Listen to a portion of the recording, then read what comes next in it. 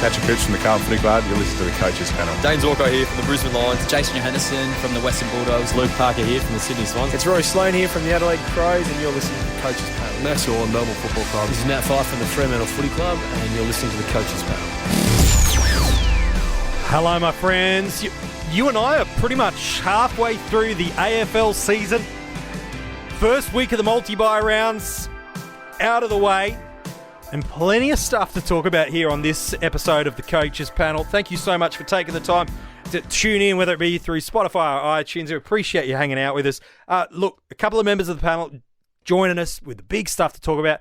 First, I've got Rids on. Hello, mate. How are you? Hey, mate. It's my week on. Look, well done. It sounds like you've had your RDO and you're ready to go. Plenty of stuff to talk about. But I must admit, I'm excited to have you on, mate. But it's been a while since I've had this lad on. We're talking pre-season. He was a regular in the 50 most relevant, but we brought him out of the mid-season draft, the long-term injury list. He's cleared. He's ready to go. Ladies and gentlemen, the Fox is back in the house. Hello, mate. Good, eh? Mate, it's nice to have you back. Great to make my debut mid-season. It's not a debut. It's just like you've changed clubs for the year. So it's fine. It's good to have you back, mate. Look, boys, there's plenty of stuff I want to get to. I want to get to some of our Patreon questions a little bit later on. If you love the work of the Coaches Panel and you want to support it, we'd love you to do that at patreon.com/Coaches Panel. They've landed some questions that may be just your question as well. There's some trade targets across the formats. I want to talk about that. There's a heap of players that we can consider. So no matter the format you play, I reckon there's some downgrades, some upgrades, and maybe some sneaky sideway options that could help you and your side, whether you're playing for leagues or rankings. But before we get there, Rids, I'm kind of curious. Something caught my mind that took place on an episode as you and I were chatting a couple of weeks ago. And I want to get you to kind of unpack the thought process, but then give me some examples that could help us this week. The question is, or the conversation is very much around 2 weeks ago, you suggested and encouraged that Riley O'Brien owners should look to pivot away and trade him to a Max Gawn. Do you want to talk me through the logic of that and the thought process of that? Because I think not only was it relevant 2 weeks ago, I think there are some players that could be helping us as we talk about banking the points of a player versus just playing for best 18 on field in the buys. Yeah, so what we're doing, okay, is we're looking at the overall season. So we're looking at overall points for the season. How many points has Max Gawn going to score in those 2 weeks against a Riley O'Brien in 3 weeks, okay? And at that point in time, Riley O'Brien was playing, I think it was Gawn, Mumford and Witts from memory. No. It was Gawn, it was Mumford, and then the Tigers this week. The Tigers, so it was Soldo, yep. Sorry. So it's like, I was sort of trying to highlight the fact that instead of holding off to the bye, why not bank the points? Because there was every chance Gawn was going to score more points in those 2 games, or at least match what O'Brien's output would be in the 3. So what we've got, okay, and if we break it down a little bit, sure. Gawn scored 126 in round 11. This is Dream Team, okay? Yep. So you could do it on anyone. It's comparable in SuperCoach, yeah. Yeah. So we'll just look at Dream Team and AFL Fantasy. So round 12, he got 148. So altogether, that's 274 points. Now, not only was that 274 points, his price increased in Dream Team by 60,000. Yes, it's not bad. So Riley O'Brien, however, in round 11 scored 57, and round 12 he scored very, very well in 101. So the combined total's 158. So he needs to score 116 points this week. And we're not saying that it's out of the realm. Sure. We're not even, but we don't even know if he's going to be the first name ruck, okay? Because Sam Jacobs is playing in the SANFL and he's doing well. So long story short, he needs to score 116 if he's named, but his price has only increased 19,000. So there's a $40,000 gap. Plus, there's 116 points difference at this point in time. So you would have been so much better pulling that trigger a couple of weeks ago, Plus, on top of that, Gorman would have been a captain option 2 weeks ago. He would have. For a reference point, in SuperCoach in the past 2 weeks, Max Gawn has scored 158 in SuperCoach and 153. If you want to contrast that to a Riley O'Brien, you've talked about the ton he got last week. It was identical in SuperCoach, where he got you the 104. The week prior, it was a 52. So you're around about 150 points needed this week in SuperCoach to match the points on ground. Okay, now you might have remembered about 6 weeks ago, 5 weeks ago, Benny and I might have been on a podcast at that time and we're talking about Sam Walsh. Yes. Same thing applies, okay. I understand the thought process of holding Sam Walsh to the bye. I really do. But the thing is, why not bank the points and then not worry about what happens over the buys, okay? So at that point in time, I think it was about 200,000 to get to a Josh Kelly. Yep. And in the last 5 weeks, I think it is, including the 137 in Dream Team by Sam Walsh last week, Kelly still has scored over 200 points more. And that's for Dream Team? But again, comparable in SuperCoach, yep. And I actually think it's going to cost you a little bit more at the moment to get Walsh to Kelly. Right. Kelly's just ticked over 800,000 from memory in Dream Team. Mm-hmm. But again, it's all comparable, okay, when you go through. So it's sort of like I want to try and get people to stop focusing on waiting for the buys because they're worried about what they're going to get through those 3 weeks of the buys.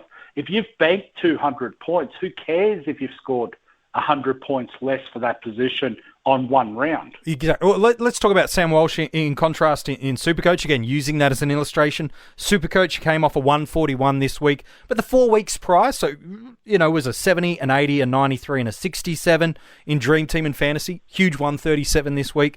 In the 4 weeks prior, 77, 83, 76, and 70. So if you're an owner last week, happy days, but it's not just about the 1 week. I suppose, Fox, isn't it? Sometimes we see one big score and we go, yeah, is it an awesome hold? And yep, great. You've got a fantastic score this week. But I suppose what Rids is talking about is having a season view of points on field, not week by week. Yes. A block.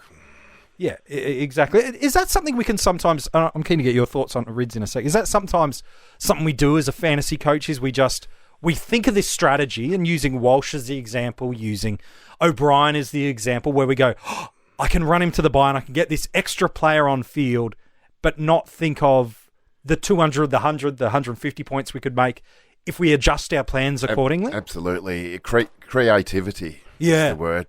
There you go. All right. Is that something, Rids, you've seen as a pattern of coaches where it's this, I'm going to run it to here, I've made my plans, and I'm not going to be fluid or creative, as you've said, Fox, and miss these opportunities in our sides? I have to say, creative is such a cool word. Yeah. But I want to add the word flexible. Yeah. Rightio. Not only can you get creative with these things, you have to be flexible and change the plan. Yeah. So sometimes it's great to go, okay, I'm going to run so-and-so and so-and-so up to the bye. Perfect. That's lovely. Well done. Cheery, cheery, happy days. But at the end of the day, if someone gets injured and, you know, it stunts the growth of the dollars, or if someone comes to a bottom price, and we saw that with Heath Shaw going back, what was it, 7-8 weeks ago? Yeah, month plus, yeah. You know, like, he dropped to 508,000 in Dream Team. And I don't think he's missed 100 cents nearly. So, I mean, and we saw Paddy Cribs on the weekend. Now, I know people owned Paddy Cribs the week before, but at 609,000 in Dream Team, he's bottomed out, you know. Yeah. There's plenty of options this week that we're going to talk about later on, I assume. But the thing is, don't have to always stick to the plan, you know. If someone bottoms out and you think they're going to score an extra 150 points over those 2 or 3 weeks, jump on. Yeah. No, and look at the job that, what's his face, De Boer's doing, you know. Yep. So if you've got a De Boer this week, you know, potential matchup. So let's say you went out and jumped on Cunnington last week because he had Gold Coast. You're getting a De Boer this week. And you're getting a De Boer this week. So maybe it would have been better to jump on a Cripps at a lower price and got, say, what was it last week? Who they play last week? Carlton played Brisbane last week. Yeah, Brisbane, and then this week it's the Dogs, I think, from memory. Correct. So you would have been better off getting those two. And people will say, oh, that's hindsight. It's not hindsight, because the thing is, it's fixture people did analysis. it last week. It's fixture analysis. Yeah, but it's buy low, sell high. Correct. So if someone gets injured like a Whitfield a couple of weeks ago, okay, we're selling him at his highest point. So we're going to look for someone at a buy low section. So, but I wouldn't recommend going out and grabbing someone pre-buys just because he fits your buy structure. He needs to be a top 6 position from then on. And you think he's going to be at least comparable to the top 6. Yeah. Otherwise, what's the use of doing that? You're just burning trades. Yeah, and you're compromising the potential Fox. I suppose that overall points on field is, while you want the best of the best of the best, sometimes you can overpay, sometimes you can overanalyze, and sometimes you miss the obvious value. Yeah, we'll talk about it later. There's so much value. So much dropped value. Well, let's talk about it now. But MJ, yes. No, wait. I just want to also highlight one thing, and I know I'm going on. That's a little fine. bit here, so I tend to do that. If you're listening and you know me, you're probably We've figured used this to it. out by now. Yep.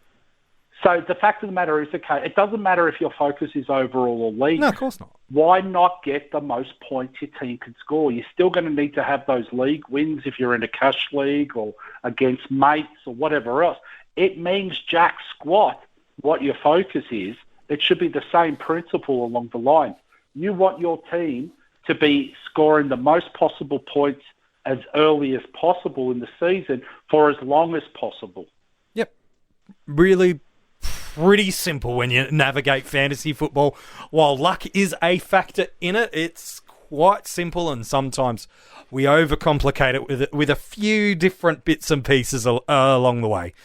We've alluded to a couple of these trade targets. As we come out of the first multi-buy round, we have our first 6 lot of sides that have come off, hopefully refreshed and ready for a big back end of the year.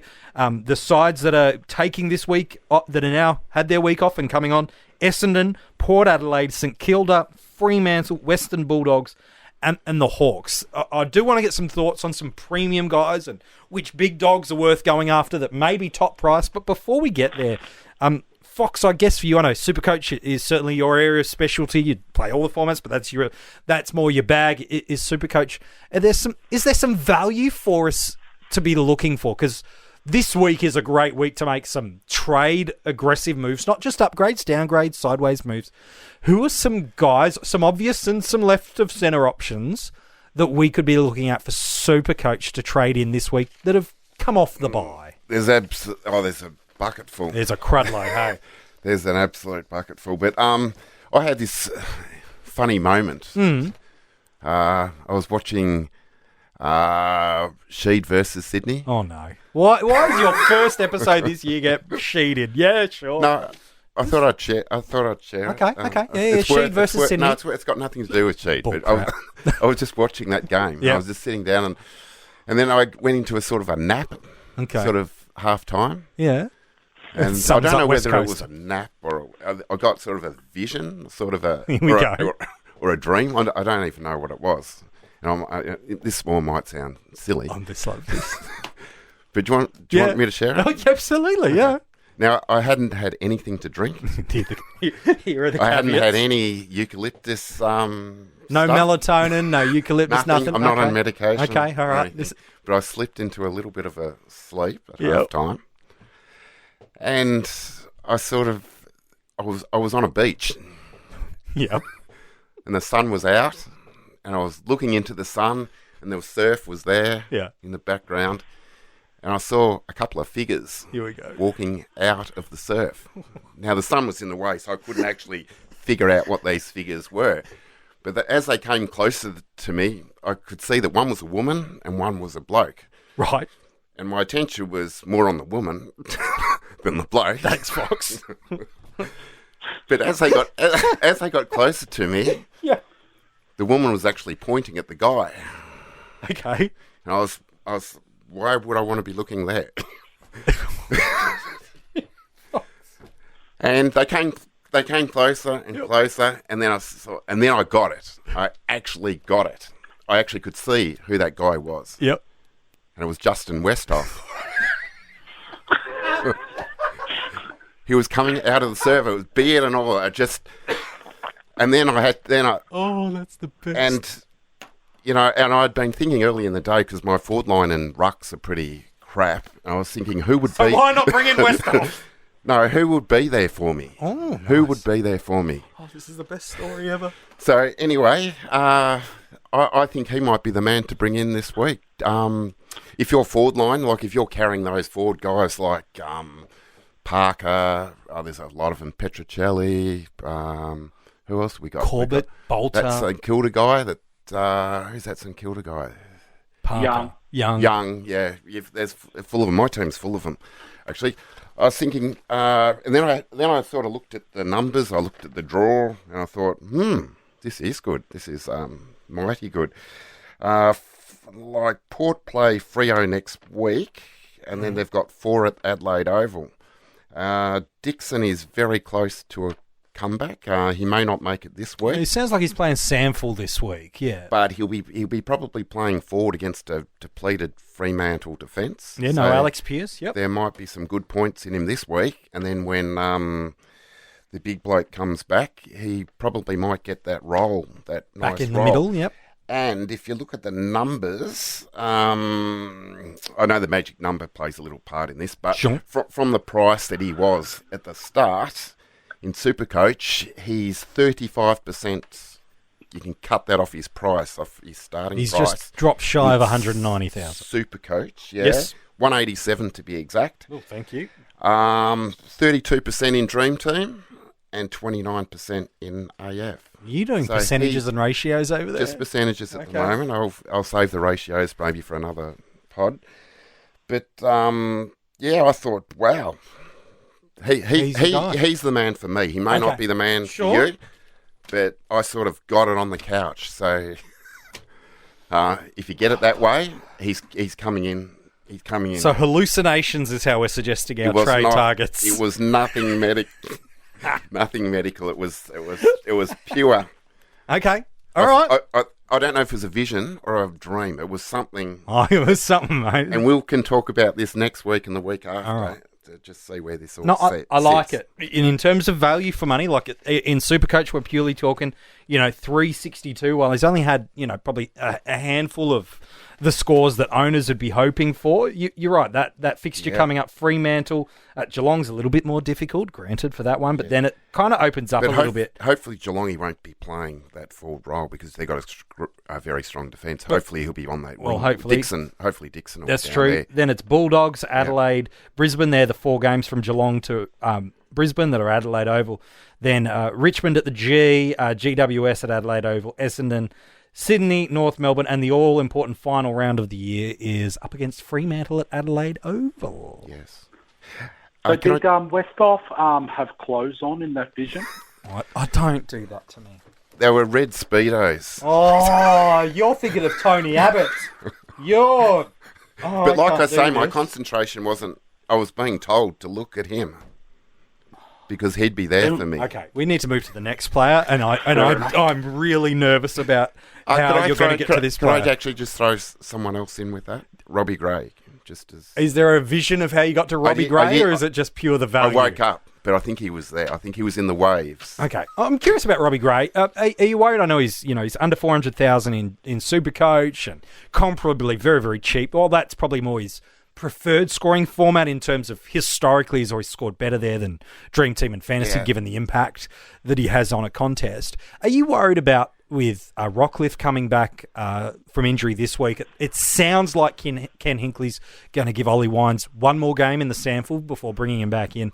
It sounds like Hartlett's going to play this week, according to Warren Treadray on television in South Australian TV just recently. I suppose my question is, are you worried about the fact that we may get Robbie Gray play midfield this week, but then he goes back to a bit more of the perma forward and the 60s and 70s, and the peak of 90s is all we get from him? Put it this way, I won't be double pairing. There won't be 2 pairs coming in, the pair. Okay, so you're on Westhoff more than Robbie Gray. Correct. But Robbie Gray for others might be a better fit? I think Well, yeah, personal choice. Yeah, all right. Both have DPP, albeit different positions, so there's some I flexibility. think there's value for both of them. All right, but okay. whether you're prepared to take on that value. All right, well, that's the question. Are there any other players you want to talk to before we throw to Rids? There's some premiums that we can talk about, but they're your two. Well, there's some guys I probably wouldn't go near, but Seb Ross, you wouldn't probably have him in SuperCoach, but he's at a 90. All right. Paying 90 for him. Okay. Before we get to Rids, let me throw you probably some of the bigger names. And again, every format, every club's different. Seb Ross, you're putting a line through. Is that just because of role and history this year? Is that, or is because he is at a basement price, I suppose, or there and thereabouts in contrast to what he did last year, what we expected him to do this year? For you, is it just Seb Ross is the fixture's good, but look, Jack Stephen trained today for the first time, today being Tuesday at time of recording. It sounds like Dan Hanbury's going to come back, not this week, but the following week. So there's certainly some newness coming into that St Kilda midfield. But for you, Seb Ross, you've seen enough this year to kind of rule him out for you? Well, the top in SuperCoach, the top 8 midfielders are going about 110. Yeah, it's pretty decent. Can I bring him in thinking that he'll score round that? I don't think so. You don't think so? No. All right. I'll bring in the premiums. Okay, all right. So Seb Ross is certainly value for it. He is value. He is value, no question. Well, it's potential value, because if he keeps scoring what he's doing, he's delivering you sweet poop. So there's no value in it. But potential based on history and price point right now.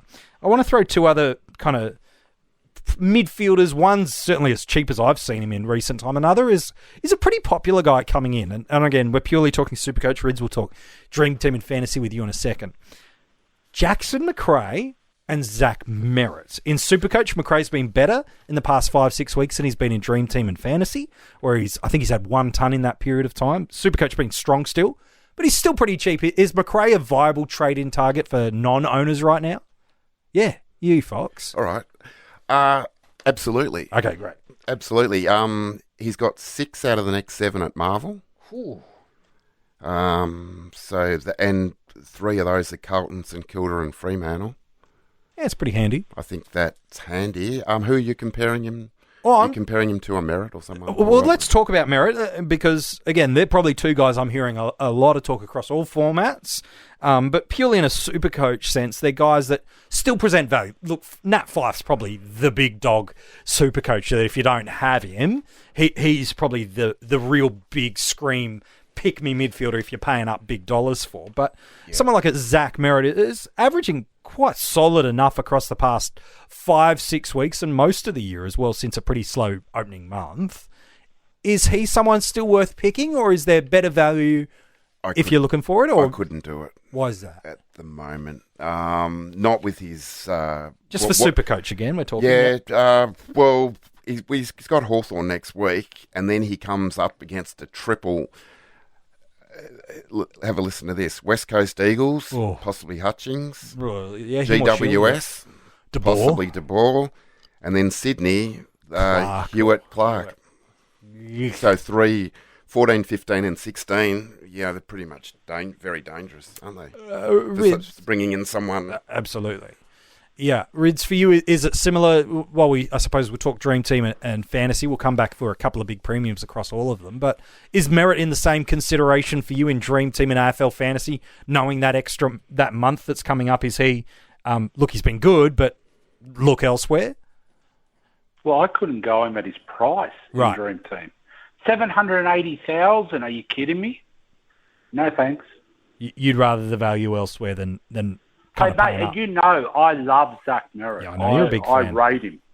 I'm a massive fan. But no way at that price tag. That's a lot. What did he start the year at? 725 or something in Dream Team. Depending on the format, And remember, he sucked the first couple of weeks, and people was calling him the worst starting point ever. I remember that. Yeah, people are now forgotten that and go jump on him at 780,000 with, like as Fox said, the Brotherhood of the Ring, coming up, like where they're tagging them, like non-stop. And he's the number 1 target by miles. Like, who would you rather have the ball in the hand of? Shield, who can't kick and hit a target, or Merritt, who sets up everything? Merritt. So of course they're going to go to Merritt. No way. Not even close. Well, and we've already seen GWS once this year send De Boer to Zach Merritt, and they won that game. So why would they change that strategy? Just using that matchup purely as the illustration, that makes no sense. And to use a McRae, for example, across the formats, it's always a little bit different. But in Dream Team and AFL Fantasy, you're about 130,000 cheaper to pick McRae over Merritt. They're similar price in SuperCoach, but just there, you're making 130k saving right there. Well, the other thing that you've got to look at as well is the grand final week of the leagues, you know what I mean? And he plays Collingwood. So, I mean, depending on what Collingwood depends. Like, they could play keepings off and Merritt doesn't even get a touch. Or, sure. If he goes a little bit well in one quarter, they'll let Greenwood go and tag him. Yeah. So, I mean, I just couldn't go anywhere near him with those three coming up. And we haven't even mentioned that Hawthorn this week. So, it's not the first time a Liam Shields or someone would have gone to someone and shut them out of the game. Yeah. So, even Hawthorn have an option to tag. Yeah. Even if I don't know if Daniel Howe's fit and firing, but look, you're right. There's these guys that, whether it be at peak price or not, again, it's something we keep talking about is look at that fixture. That's what you talked about too, Rids. It was buying low, selling high, but it is looking at the fixture for these things as well. So who are some guys? We've got a visitation of Justin Westhoff in red Speedos, which as a visual person has now ruined my day. So thank you, Fox, for that. Justin, if you're listening, please never ever do that, ever. But I can't focus now. Did you mention the DPP? Oh, no, don't mention the DPP and Speedos in the same sentence. That's not helping me. Ritz, who are some guys that present some value? I do want to talk about some more of the bigger premiums in a moment. We've talked about Merritt a little bit through there. Who are some guys that present some value as trade targets this week? Whether it be upgrades, downgrades, or a little bit of a sneaky sideways. Who are some guys that have come off the bye this week that we could be targeting in Dream Team and Fantasy? So let's focus on Dream Team, okay? Sure. I've got a beauty for you. Oh, good. Notes ready. App open. Hey, hang on. Okay. I'll get my Get pen. the pen. I'm going the app, mate. I'm going straight ready. Stuff you, mate. Right. So the guy I'm recommending to people this week is Ryan Burton. Ooh, I like this one. Talk to me. 428,000 in Dream Team. He's gone 85 in his 2 years ago. Now, he was going at 80 only 2 games ago before he got that affected 8 in his score. Came back and had an 80 against St Kilda. And they've got a very friendly draw. And like Fox has already touched on it, so I won't go any further than that. And we know that he's going to be freed up more as he, so he's taken a bit of time to adapt and everything else. I could see him flying home, and averaging anywhere from about 85 to 95 for the rest of the season. And at his price, that's great value. 428,000, mate. You could go Marty Hall to Ryan Burton and bank 20,000. Yeah, that's hard to say no to. That's especially if you're either strapped for cash or the 3 trades you're making. Maybe you're making a downgrade trade this week. Maybe I'm just picking popular cash cow downgrades. People are looking at Bewley this week if he gets traded in. Played rightly or wrongly. People are going for Bewley or a Gardner with the forward defensive DPP. Maybe jumping that week early and Dream Team through there. Maybe you're doing another upgrade in another line. Like, what a nice option you've got when you can basically sideways, not just sideways, downgrade and upgrade your team in terms of on-field points. That's an awesome move. So if you want to really, really, if you're concerned about your team this week with numbers, okay, you could go Bailey Scott to Brett Bewley on the bubble, and you can go, let's say, Jordan Clark to a Ryan Burton and still come out of it 60,000. It's pretty handy, isn't it? Or as you talked about right at the start of the episode about banking points, we didn't spend a heap of time on it because we used the illustration of Gawn and O'Brien, but are there some players this week that we could look at that, yes, they might be playing this week, but it's the right time to move them on to bank those points? Who are a couple of guys, again, every side's different, or the unique things you're trying to do, but who are some guys this week that we could use, whether it be to get us to our Burton or not, that we could look that even though they're playing this week, it could be time to go and bank those points on ground? Okay, so there's a couple of examples, okay? The Richmond boys. Mm-hmm. So Noah Bolter potentially, okay? So in Dream Team, he's got a high break-even. We know he's playing at a key position, defensive role, so he's unlikely to get a 50, 60, 70 for you. He's 390,000 in Dream Team. Time to cash him on. And again, I'm saying this, because people would have been planning to hold him until his bye in another week. So, but the thing is, why wouldn't you maximise it by, let's look at a Robbie Gray, who I think his break-even in the teens in Dream Team. Mm-hmm. So instead of holding that extra week, go to a Robbie Gray. Right, yes, exactly. Robbie Gray has a terrible game, he's giving you 60. Noah Bolter has a terrible game, he's giving you 15, 20. He's going Josh Corbett on you. You know what I mean? So jump on, be flexible, jump a game. Robbie Gray's got a nice matchup this week against Fremantle. He's potentially not going to have Wines back. He's not going to have a few other guys through that midfield. He's going to play more midfield. He might get his, when he plays that role going through the midfield, he's good for 100, 120 any given week. If he gets 120 this week and Bolter gets you a 30, you're 90 points better off. That's better, okay? So you're pretty much, you could sideways nearly a premium defender or forward for the same value. Yeah, exactly right. It's okay? Nice. So that's the sort of thing we're talking about, banking the points. Stack plays Adelaide on Thursday, small turnaround. I can tell you now, as a Richmond supporter, those kids are looking tired as. Yeah, it's got to that. It's not breaking point for them, but they've done incredibly well to hold out that system and structure that's so intense to be able to play. Look, full credit to the kids. They've been amazing, but any player reaches a breaking point, and unfortunately for younger kids, it kind of happens earlier. Yep. So if you've got someone in mind, okay, let's say Dylan Clark's there, and you need to make a few 100,000 or whatever in a downgrade, why not pull that trigger this week to then allow you to upgrade certain other areas and go a Marty Hall to whoever, and go a Jordan Clark to whoever, or Tom Atkins to whoever, or who's that little dreadlocked forward? Brian, yep. Okay, so why not utilise that a week earlier than planned and then maximise your points on ground in those other two positions?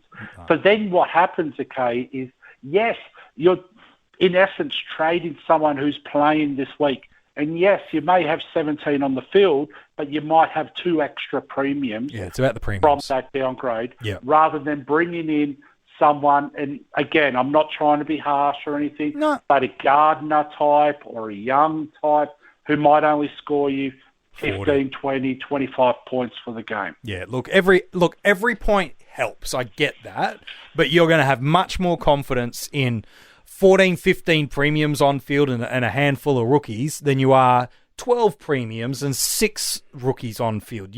It's the premium. Now, you're not always going to get a Michael Gibbons 100 in SuperCoach like you did this week. Take them when you get them. Awesome. But you'd much rather take the equation of luck out of it as best you possibly can, and you're going to get much more likely scoring in terms of points on field from guys that are the bigger end price, that have done it more consistently than kids that have played 1, 2, 3, 4, 5 games of footy.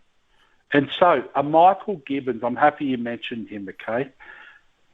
If people have been watching the games, he's getting more midfield rotations. The kids they're tiring off and everything else. And you know what? He's having an impact. Yeah, he's scoring well. He actually could be a very viable hold for the whole year as an M9, M10. You know what I mean? Yeah.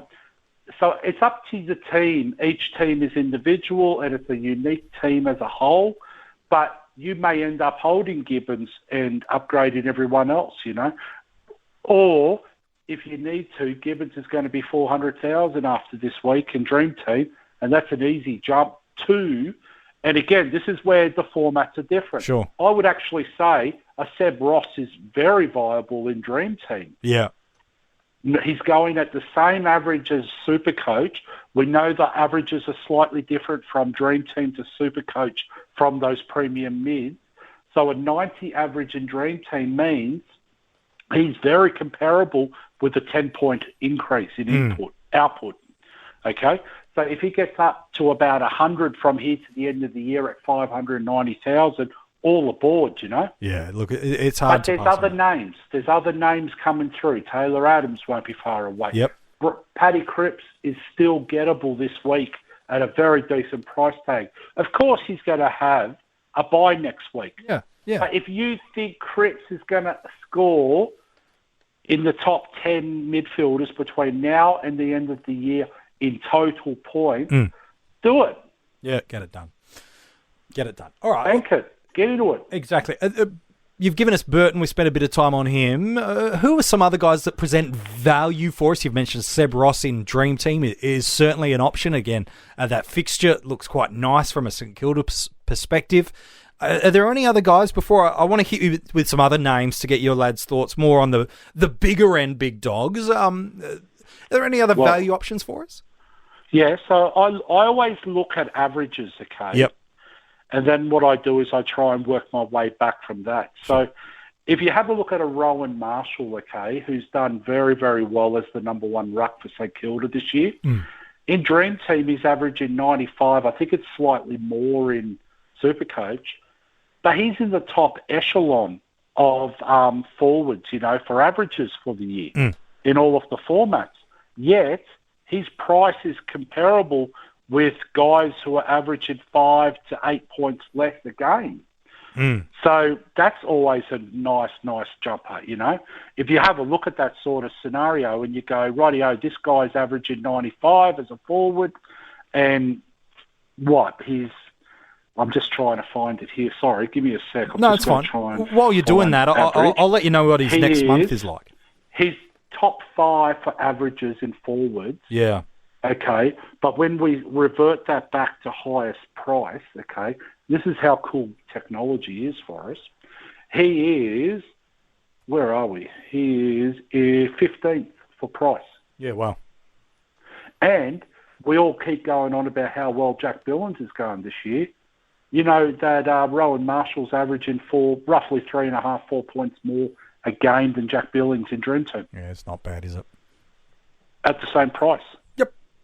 And the ownership is crazy low in contrast. Yeah, and look at who his competition is. Billy Longer, and I thought, wow, Billy Longer might be in their first ruck, and I was totally wrong. Yeah, me too. Here, you know. But, I mean, it's Billy Longer who could have put out, like, whatever he couldn't do, jump over a candlestick, and Lewis Pearce, who, like, could potentially be one of the worst footballers I've ever seen. Oh, wow, there you go. Drive by for wins.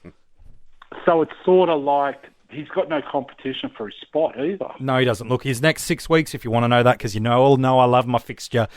Gold Coast, then Brisbane, Richmond, North Melbourne, Geelong, Western Bulldogs and Melbourne. And then for the final 4 weeks of the year, Adelaide, Fremantle, Carlton and Sydney. And that's really important. Again, round 23, he's playing against Callum Sinclair. Yeah. That's a very nice matchup in all the formats. Yeah, and again, the semi-final against Carlton, if Matty Cruz is not up and about, that's handy for Fremantle. Look, Sean Darcy just can't even stay on the park. Rory Lobb's out for most of the year. Still no idea if Aaron Sandilands will play at all this year. So, look, he could be rucking up against, David Mundy for all we know. So, you're right, his last 3 weeks could be really good. Yeah. And the thing with rucks, okay, is I always look for a matchup against the Western Bulldogs in the run home. It's like looking for midfielders against Richmond at the moment. Yeah. So if you've got a matchup against the Western Bulldogs in the run home, then that's a nice matchup. Yeah, round 18 he has that. Squished either side of Gawn and Reece Stanley. Even that Richmond matchup at Marvels. Well, yeah, if Nankervis isn't back by then, that'll be against a Soldo and round 15. Yeah, so it's not a bad run through there. All right, we've said a couple of guys there that I think is going to help a lot of people. Well, let me throw some bigger names that come at a larger price point that are probably going to be and have been amongst the best options for us already this year, but we haven't talked about them yet. Travis Boak, Fox. Is it worth going to get this big forward who, with the exception of Patrick Dangerfield, Boak's probably, and maybe Kelly is probably coming into that equation too. Boak's definitely been one of the best forwards for this year so far. You've talked about that great Port Adelaide fixture that's coming up. Yeah. Is it worth spending the big dollars for him now, or is it very much you've missed the boat, the damage is done, now you've got to try to combat against it, or is it, if you want to win it, you need to get him? If you've got the money. Yep. Because cash generation's been a little bit harder for some coaches. Yes. He's the top forward in SuperCoach, I believe, about 111. And Dream Team. So why wouldn't you get the Rolls Royce? In terms of average, he's the top one, yes. Yeah, all right. So you're saying, look, every side... I've got him. You've got him, yeah. No, I'm not asking for you. We don't like talking about our own sides that much here at the coaches panel. But look, you're saying if someone's got the money and the luxury of that cash, it's worth investing. That fixture is very nice. It is a very nice fixture. All right. So we've talked about him. Tom Rockcliffe, is he, lads, worth a trade-in option, or is there still the concern about how he goes with Wines in the side that makes him not an upgrade target if you don't have him? I have seen nothing to suggest that he's worth grabbing. Right. And is that because of the Wines thing? Or? Well, that's not being harsh. So we know I wouldn't say he's injury prone, but we know he has had a lot of soft tissue injuries over the last couple of years. So that's already impacted his season this year. We know that sometimes he doesn't make a lot of tackles. Yes. And we know that his role gets impacted by others. Yes. So, of course, his ceiling's still massive. Of course, he still gets those chipped kicks and everything else. But long story short, and I don't know how nicely to put this, even with that, all that going for him, McKay, he's still averaging not heaps. You know what I mean? He's not in the 110 plus territory yet. No, he's still sub 110 for the year. And of course he's impacted by injuries with that, but I think it's biased and it's wrong to be looking at, averages taking out his injury. Yeah, you can't do that. Yeah, you can't. No. That's crap, Yeah. So at the end of the day, we've seen scores of 40 and 69 and 91 and stuff like that, where he's been injury affected or something's happened in the game. Sure. And we've seen scores of 140, 130 and 160. Yeah. So we know his ceiling is monster, but didn't we know that at the start of the year? Yeah, we did. We knew the scoring can be there about him. We know the injury concern was there, and we know that we didn't know the impact with Boak coming into the midfield, how that would impact his scoring with Wines. We've really only seen one game of that, and he was struggling prior to getting a concussion in that game. That's really the only data we've got with Rockcliffe and Wines this week. And the other thing is they had a massive win 2 weeks ago without him in the midfield. They put Gray through, they put Kids through, and on top of that, in Dream Team, 42% ownership. Yeah, you don't go after big dogs. Ownership. Yeah, you take them on, Yeah, exactly. I wouldn't trade him in, but I wouldn't trade him out either. Sure. I'd keep him as M8, 9. Yeah, sure. All right, I like that. 10, all right. 11. Are there any other Port players? I feel like they're the big ones I wanted to talk about. We've talked about Zach Merritt from Essendon. He's probably the most popular premium through there. Dylan Shields had a solid enough year, probably better than anyone had anticipated in terms of his fantasy football output. I think there's a couple you've missed. Okay, go. Okay, so the first one's Josh Dunkley. I hadn't even got to the Bulldogs yet, mate. You got to give me a chance, but fine. Dunkley. Well, Dunkley's one we need to talk about. Yes, we do. But Dunkley, since he had his role change, has been awesome. I think he's actually the number one forward. From here to the end of the year? Yeah, well, since he's had his role change, he's in Dream Team and AFL Fantasy. He's gone 145, 127, 77, 119, 119. He's averaging heaps. And in his last 5 in SuperCoach, it's 121, and in Dream Team and AFL Fantasy, in his last 5, it's 117. He is coming home better than any other forward. A year. He is, over the last 5 averaging games, he's the number one forward in all formats. So he's the number one target this week. If you don't have Josh Dunkley and you're looking at an upgrade to a forward who's had their bye, I cannot emphasise enough. Carlton he's this your week number too. one target. Just quietly. Your number two target, okay, is Caleb Daniel in SuperCoach. Mm-hmm. Has to. You have to look at this guy. Yes, he turns the ball over. Yes, he makes poor decisions, but SuperCoach loves him. Champion Data loves this guy. They want to make out with him. Like, he is what is one all the time reference under 100 for the year. Yes. Is that the same in Dream Team and AFL Fantasy too? In AFL Fantasy, is a DPP defensive forward option. Is he a valuable trade target in those two formats too? Or is it purely SuperCoach because of, just how consistent his scoring's been? Like, he's been good in all of them. Yeah. But the thing is, okay, and if you want a point of difference, then he's the point of difference you need. So if you've got a Josh Dunkley, okay, and others will be hesitant to go Dunkley-Daniel combo, perfect, jump on, load them up. All right, fair enough too. Other Right. Western Bulldogs, McRae's at a basement price. SuperCoach has been strong all year, not a little under in parts, but strong. Dream Team and Fantasy, he's had a pretty poor 5 or 6 week trot.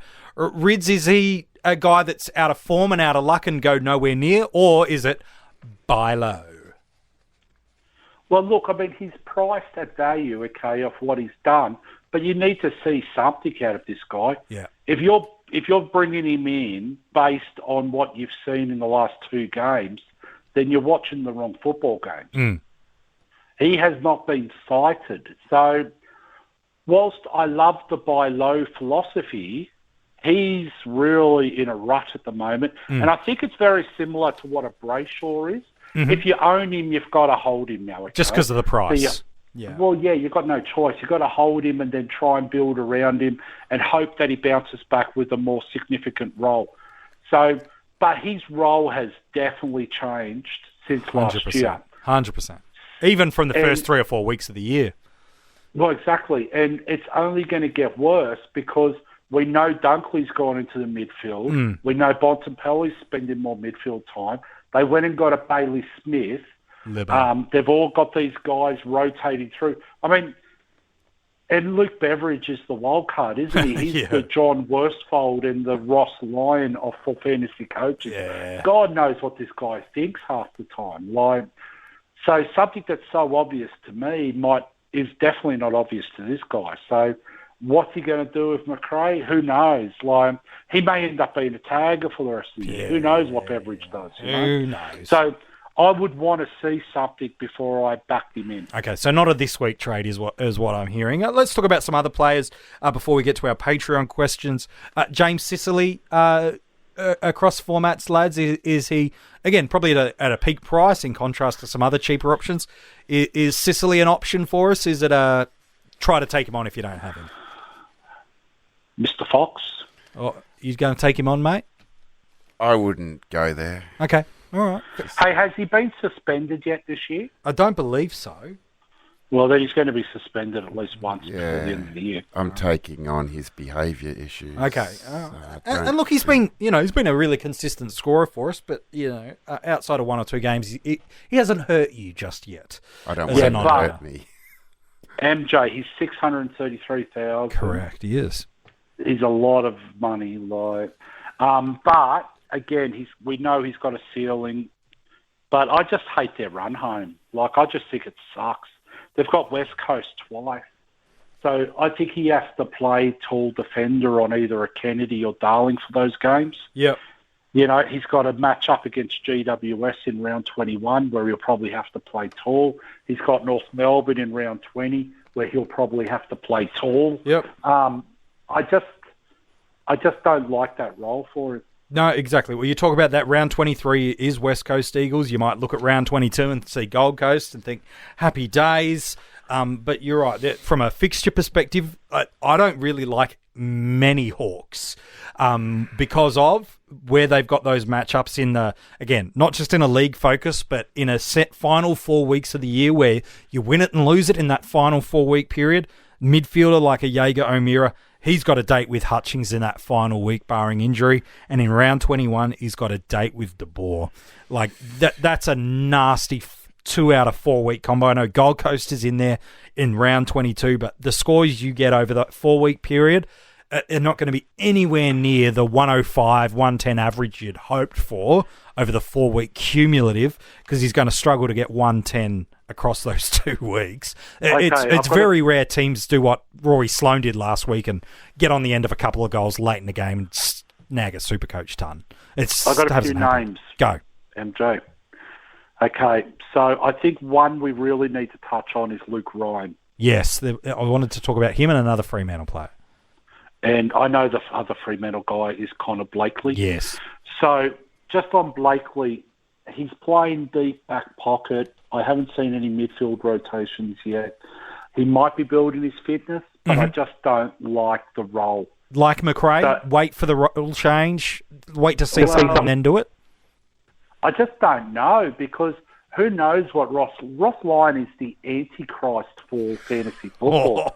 So, I mean, who knows what he's going to do? Yeah. We've seen Blakely tag. We've seen him deep back pocket. I don't mind the role as deep back pocket if they're going to chip it around, but they're trying to utilise their speed outside, and it's like, I just don't like him. Luke Ryan, however, I do like. In any format specifically, or all of them?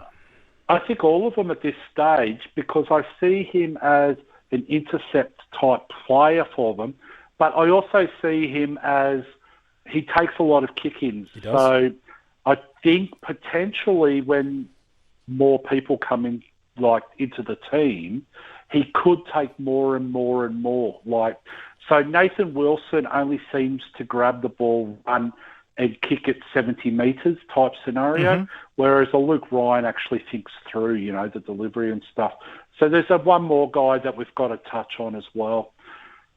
I hate bringing him up, MJ, but Harley Bennell must be close to a game. Come on, Harley. I was mercilessly mocked on January 1st when he opened up the 50 most relevant and then decided to go drinking that night. But look, his injury history is not great. We all know that. Could he play this week? Yeah, I think he could.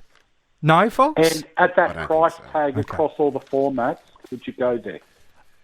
Look, in DreamTeam and SuperCoach, I'd want to wait till I see something. But, gosh, at that price point, I'm not expecting 90s from him like he averaged a decade and a half ago. But, look, if you could jag a 60 out of him between now and, say, round 18 and you get 6 weeks of 60s, holy crap, that's worth it. I think he's But why not this week, okay? If he's named this week, and I'm going to play a bit of devil's advocate here. If he's named this week, he's going to be on your field. Yes, he's going to free up cash. And let's say that you can get extra premiums on different lines or whatever else. So why not this week across the formats? And we all know that he's got the potential to do an 80, 90, and that he will find the ball if he plays on the field.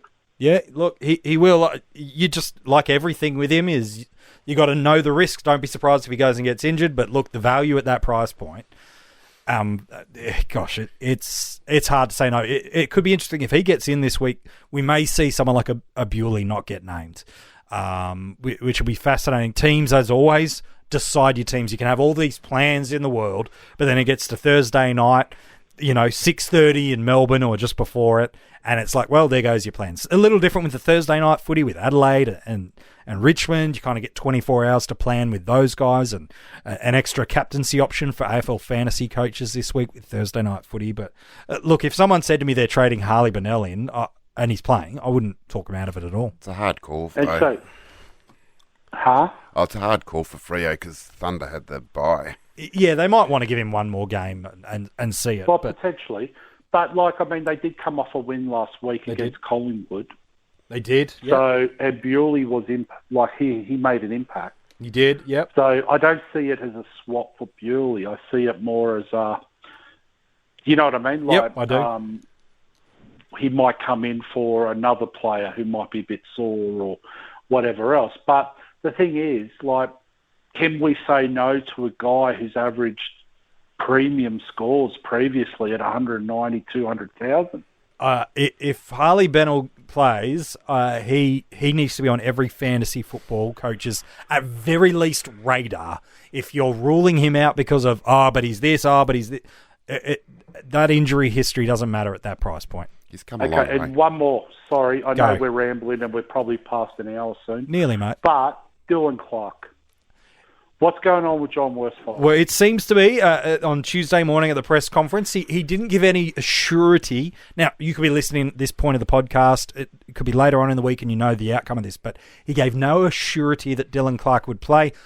Shield and Stringer at this point in the week, all but locked in. And Orazio looks like he's going to play if he gets through a couple of fitness tests and training during the week. So at this point in the week, it looks like all three play, come into the side, 3 coming out, and he didn't really give Dylan Clark any, yet, mate, he's playing no matter what sees. Well, didn't he do a good job on Cripps the week before? Yeah. So, and didn't they win? Yeah. Yes, so surely he gets named. And wouldn't he do a good job against Jaeger this week too? And kind of, it's a really important, if Essendon are any chance at finals, a game like this, and then next week, a real interesting matchup against West Coast for Thursday night footy over at Optus Stadium. He's got 2 really important jobs against Gaff and O'Meara, while the West Coast game is considerably a harder matchup for them. If he does jobs like he did on Cripps, he's going to put his side right in contention to win both those games. And, he's averaging something stupid in the VFL. I think it's like mid-30s, isn't it? Touches a game, and he's kicking goals. He's tackling 10-plus every game. The guy's an absolute stud. And that's not even, from fantasy perspective. That's just as a footballer. Why wouldn't you want this guy in the team? I don't understand the coach. I'm not 100% sure across what exactly I think. His VFL numbers this year, he's played 7 games. He's averaging 24 touches, 8 kicks, 15 handballs, 6 marks, 4 tackles, 3 inside 50s, and 1 rebound 50. So, I saw a vision of him walking out of the ocean. Here we go. No. He's playing, mate. He's playing. Let's lock it in. I hope so. Worsfold did the same with Jordan Ridley too. Oh, don't start the Bombers fans on that. The fact that he's not playing, they're going to burn. They're going to start burning things. It's going to be a very interesting one. All right, there you go. So Fox, Jordan Ridley, he could play, can't he? Oh, absolutely. The kid can. Yeah. So why would you want to play him AFL if you can just develop in the VFL? That's right, mate. In his draft year, he was very well looked upon. Yes, he's... he was very well looked upon early this year and last year. And I don't know what it is with Worsfold with some of those kids. Oh, yeah, his inability to coach, probably. Oh, we need to move very quickly past that. And head over to our Patreon questions if you want to join the Patreon army and support the Coaches Panel. You can do that at any tier level you would like at patreon.com/Coaches Panel. Plenty of rewards and exclusive content for all our Patreons. And they've thrown in a couple of questions. We want to hit them out to you before we wrap up this episode. First question for it. It's a Dream Team question, so we'll throw it over to you, Fox, because why not? We'll open up the questions one. It's simply this. It's outside of Merritt, Boak, McRae, Dunkley and Gray, what premiums, some of those you've already said you wouldn't touch, by the way, what premiums are there worth chasing in defence? Is there any defenders worth chasing? We've talked about Sicily, albeit at a top price point. We've talked about Connor Blakely, and Rids has referenced his role. Other options through there coming off.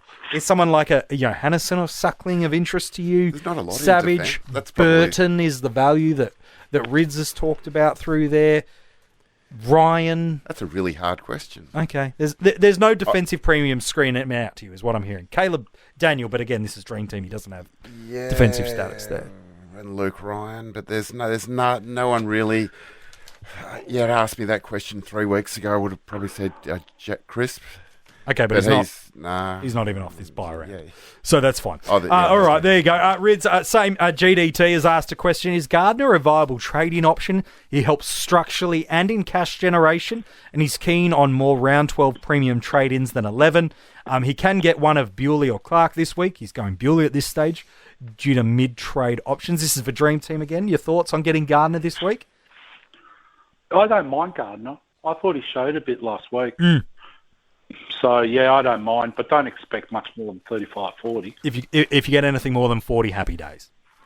Yeah, it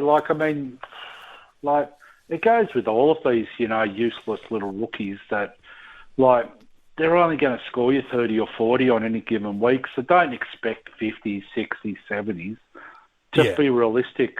Yeah, and but if he frees up enough cash to get you a 100-point gain somewhere else, then 100%. Yeah. Jump on. Absolutely. All aboard. And he's DPP, so he frees up a bit of flexibility and trading. Yep, exactly right. Sriram also wants to know, it's a Dream Team format question. I feel like we've answered it already with a player, but I'll see if we jag a different name out of your rids. He's looking for a defender coming off the bye to have Whitfield, to basically take the spot of Whitfield on ground till he comes back in a few weeks' time. So it sounds like he's holding Lockie Whitfield. Will be on field at D6, so needs to score a bit, but also to generate some cash. So he's looking almost, not quite a broadbent option, but he's suggested names like a Wilson jump out. Is there a rookie or alternative? No. Ryan Burton. Yeah, I'm glad we got the same name. That's good. I'm glad we got the same name. I'm happy about that. Well, why would I change it? It's only been 15, 20 minutes. I'm just seeing if you change your mind, that's all. No, just jump on Ryan Burton, okay? Right. He'll be perfect for you. AFL Fantasy an option 2, SuperCoach an option 2, or just Dream Team? Yeah, why not? I love when you get to this point of the podcast. When we clock into the hour marker, which we've just done, this is the point of the podcast where you get the why not options. And it's perfect for when you get to questions. Question for you, Fox. One of the great Patreons, as they all are. Craig wants to know thoughts on Brayshaw in all formats. He seems like he's turned the corner. Hold now, no matter what, even just based on his price point, the role looks really good now, doesn't it? If you've got him, I wouldn't trade him. Would you? It's a question for next week. Yeah. Is he a trade target next week for us, Brayshaw? He's quite cheap. Yeah, he's very, very cheap. Very cheap in SuperCoach if you want to take him in that form. But it'd be a definite option to bring in, but I definitely wouldn't be trading out. You don't trade. You don't trade on that performance and that performance. Exactly. You've got the rolls back. The thing for me though is the way he moved. Though. Yeah, he looked good. He was free with his running and stuff. I tell you what, though, Nathan Jones, he mustn't like Brayshaw because he burned him about 10 times on the... That was unbearable. Brayshaw all by himself, so he kicks it over his head. He's made a comment about his tattoos. That's the problem. Fair enough. Fair enough. There you go. He's also mentioned Darcy Parish. He said he's had a bit of a role change in the past 2 weeks in SuperCoach. Darcy Parish has gone 137 against the Tigers, 129 against the Blues. For Dream Team and Fantasy, he's gone 101 and 105. Mid-forward, is he an option for us if you're looking for some low ownership options coming in? Fox, you don't mind? Well, it depends on the format that you're playing, but in AFL Fantasy, he's going to set you back at $550,000, just over $450 in SuperCoach. So, again, every price point is different. I'd do it at AFL Fantasy. You do it in AFL Fantasy? Yeah, I don't think I'd do. I think his value's gone. And then he's $535 in Dream Team. Oh, he's a great wet weather. Have you noticed his great wet weather player? Yeah, likes it in and under that, man, which is fair enough too. So, last couple of questions before we wrap up these episodes. SuperCoach question rids from Travis. He goes, pros and cons versus Gray v. Zeeble. Come on, MJ, talk your life out. What's the pros and cons with those options there, man, in terms of trade-ins? What? Gray v. Zeeble. They don't have the same buy. They're totally different price tags. I don't understand the question. I think he's just thinking who scores more from now to the end of the year rather than price point. Well, Gray's got an extra game. He does. And he's got DPP. There you go. All right, and you save yourself the coin. Yeah, and if you really want Zeeble, get him in 2 weeks if you're really desperate for him. Last question. We'll throw it over to you. So, Dream Team AFL Fantasy question, Fox. A Dream Team question. It's the same scoring format, different price point, but same concepts. Nonetheless, what do you think of Connor Blakely and Jackson McRae as options? He's not big on it himself, but Seb Ross is someone of interest to him. Again, it's that the role for neither of those two has been strong over the past month, but for Seb Ross, the role has been different, but he's still in the midfield rotation. The fixture for him is considerably better. Is Seb Ross an option through there for you? You don't mind? Arguments for each. Yes, there is. I still like that Bulldogs 6 out of 7 at Marvel. Okay, so you'd be a bit more tempted by McRae. I'm very bullish on Dogs and Port players. All right, so would maybe a Hunter be an option for him through there? Again, maybe a Bontempelli's got a little bit more different. All right, there you go. All right, keen to get your thoughts, Louis, on that. Hey, thank you, mate. It's great to have you back on the podcast, Fox. Hopefully we'll see you next week. Yeah, no worries. Right, I'll be there. Looking forward to it, mate. Now, please, I will be watching the scoring, not the person, the scoring of Westhoff very clearly. And you've now ruined him for me, just so you know. Every single person will think of this silhouetted red speedoed man every time they see him. I reckon there's going to be a few photoshops that are going to be heading towards your way on Twitter. What's your handle, mate? Just so we can send it to you. I've got no idea. I will put it in the comments section for everyone. Hey, Rids, as always, a pleasure, mate. Just as long as you're asking for Fox's handle and not Westhoff's in those speedos. That's it, everyone. Good. He shut this sucker down. Hey, thanks so much for tuning in. Thanks for listening via Spotify and iTunes. Make sure you subscribe, turn the notifications on, so as soon as the episodes are live, you get notified on your handheld device. If you haven't already, leave a 5-star rating and review. And look, good luck this week with your trades. I hope everything goes well for you. AFL Fantasy Coaches, you get what Dream Teamers and Supercoaches get every week, and that is you get a rolling... Well, not a rolling lockout. You get a partial lockout. Adelaide and Tigers are players for you. AFL Fantasy, quick poll question, lads. Who's a vice-captaincy option in that game we could be looking at? Fox, you got a couple of names from the Crows or the Tigers that might be worth the VC? I think I've only got Laird. Laird, okay, would be an option for you. Rids, you got a couple? Noah Bolter. Are we finished yet? Crows midfielders will score well, hopefully. Good luck this week. We'll chat to you soon.